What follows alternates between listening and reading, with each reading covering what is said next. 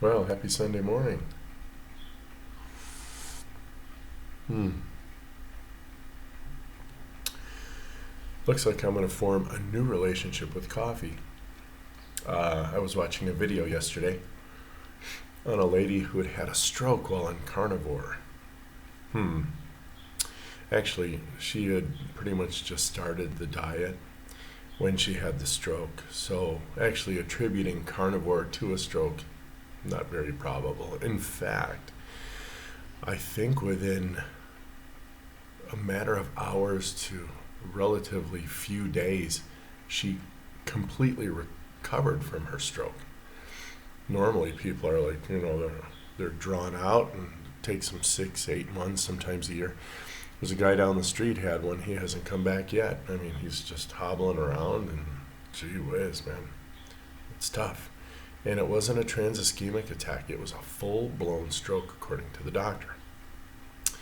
And she saw like four of them.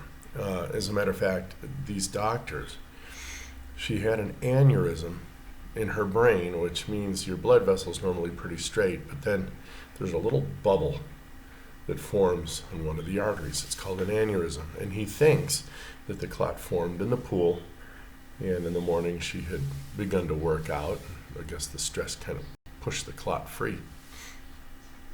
But she sought medical care very quickly. She was in the hospital within 3 hours, and they hit her with the super decoagulation drug, whatever that is. But apparently, if it happens within 3 hours, you're in good shape. So again, multifactorial stuff. Point is, she's back, and she had a meeting with the Steak and Butter gal, and the Steak and Butter gal had two coaches on this four-way conference call talking about her stroke and her health. And she's like, yeah, and I'm still kind of dealing with coffee, and what do I do with that? And one of the coaches said, well, that's fine. Instead of drinking it first thing in the morning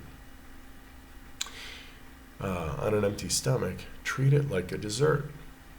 And since I eat about solar noon, which these days is around 12:35 to 12:40-ish, I normally eat about that time, and then I'll make myself my little 189 to 190 milliliters of coffee. Hmm. And that contains about 80 milligrams of caffeine. Rough estimates. I can't get anything obviously perfect, but I've run some math calculations, and so about 5 in the afternoon, my circulating caffeine is a half-life every 5 hours or so. I'll be down to 40, and then by the time I hit the rack around 8 or 9, I'll be down around 30 to 20, which is really nothing.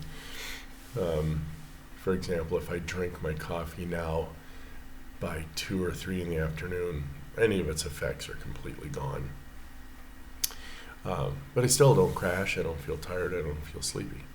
So that's a good thing. So I'm going to give that a whirl this week and see how it goes.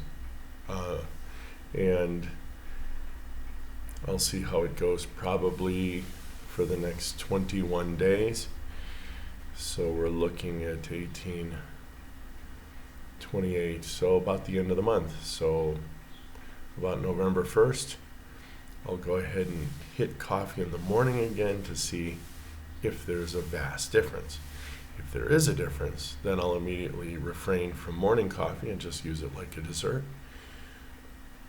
And my goodness, if I don't need it at all, why bother? So at the end of a meal, if I don't drink my coffee for that first day, now I've gone 24 hours without coffee. And the last time I went off coffee, I had some type of withdrawal at exactly 30 hours. I had a fullness in my head. It wasn't a headache. It was just kind of a, when you're done, you're tired, you're like, whatever. That lasted for an hour and then gone. And then I smooth sailed through Lent when I stopped drinking coffee. And I remember feeling really good, really energetic. And then when I went back on coffee, I didn't notice anything different, so obviously I maintained it. So we'll do the same thing this time. I'll see if I can get off coffee. Well, I will suffer through any withdrawals on caffeine overnight. So yeah, that's 24, 30 hours-ish. It'll be right around bedtime, and I'll sleep through that.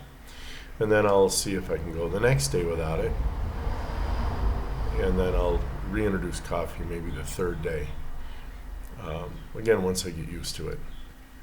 And then we'll see how that works. So still playing with things, still tweaking things. Coffee and spices are pretty much my last vestige of fruits and vegetables on carnivore. So I am by weight, I am exclusively carnivore. The amount of spices and actual veg that I would eat to season my food doesn't even come to 0.5% of my total intake of meat.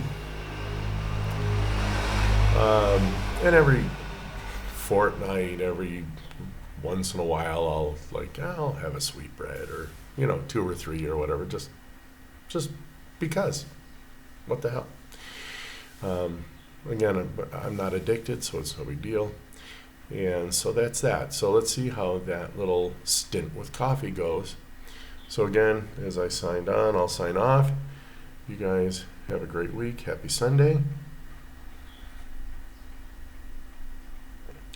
And we'll see you next week. Be well.